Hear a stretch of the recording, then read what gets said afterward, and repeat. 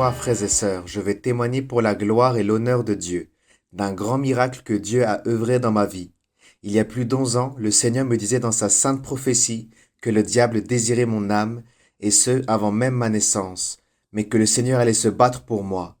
Depuis mon enfance, je sentais que j'étais né dans le mauvais corps, et cela me rendait malheureux, notamment durant mon enfance et mon adolescence. Ce fut ainsi, frères et sœurs, que lorsque j'ai eu 18 ans, j'ai commencé à réaliser des démarches pour devenir la femme que je pensais être à l'intérieur de moi.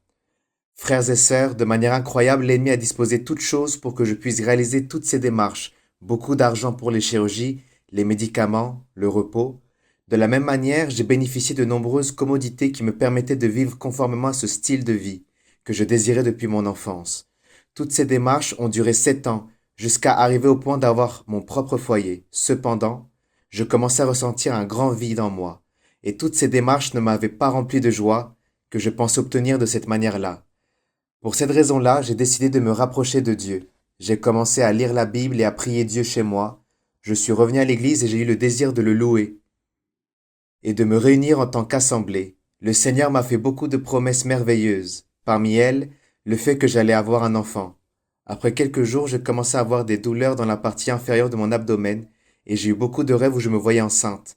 J'avais même commencé à croire que Dieu m'avait accepté en tant que femme et que j'étais enceinte. Mais tout cela était une confusion provenant du diable. Je priais énormément le Seigneur car j'étais dans la confusion à cause de tous les changements que j'avais eus dans mon corps et de tout ce que je ressentais. Je priais Dieu et lui demandais sa miséricorde car je voulais comprendre ce qui m'arrivait.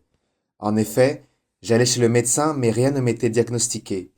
Ce fut ainsi que le Seigneur, dans sa miséricorde infinie, à travers sa sainte prophétie, m'a dit que tout ce que je vivais était une confusion que l'ennemi avait placée dans ma vie, qu'il allait œuvrer beaucoup de miracles dans son Église.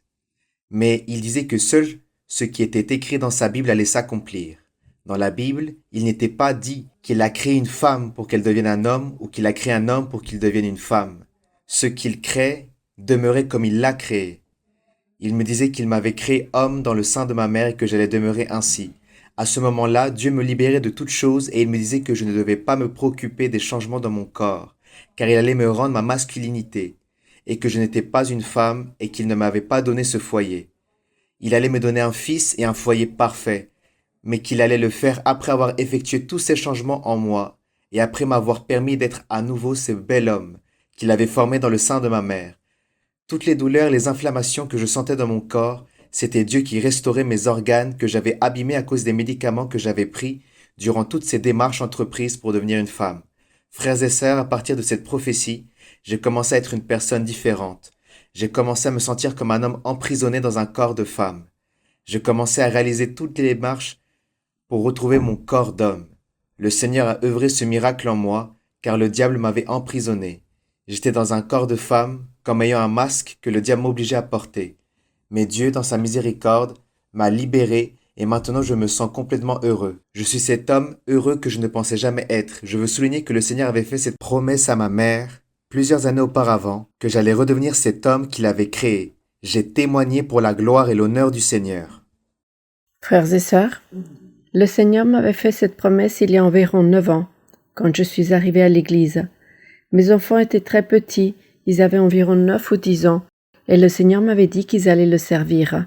Mais en arrivant à l'adolescence, mon fils a commencé à s'éloigner. Quand il a eu 18 ans, il m'a avoué ce qu'il ressentait, ainsi que la décision qu'il allait prendre. Pour moi, frères et sœurs, cela a été très difficile, mais je me suis accrochée à la promesse que le Seigneur m'avait faite. Car il m'avait dit, il me servira grandement et il sera prédicateur de mon Église.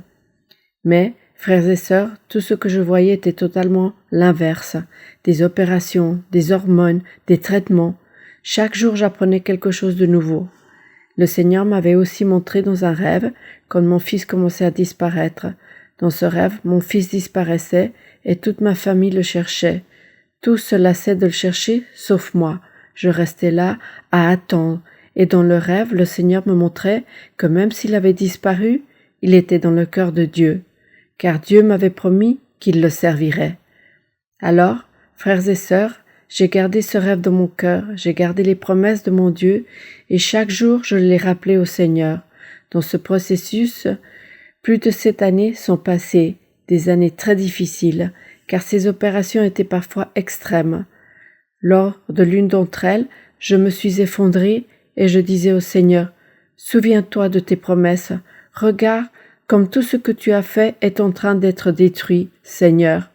Mais Seigneur, pour toi rien n'est impossible, tu me l'as promis, tu l'accompliras, tu reconstruiras, car tu m'as promis qu'il te le servira, et ce sera ainsi, Seigneur. » Plus tard, frères et sœurs, le Seigneur me disait que ce jeune homme m'appellerait, qu'il traverserait une situation très difficile, très dure, et que je lui donnerais des paroles de réconfort, qu'il serait avec moi à ce moment-là.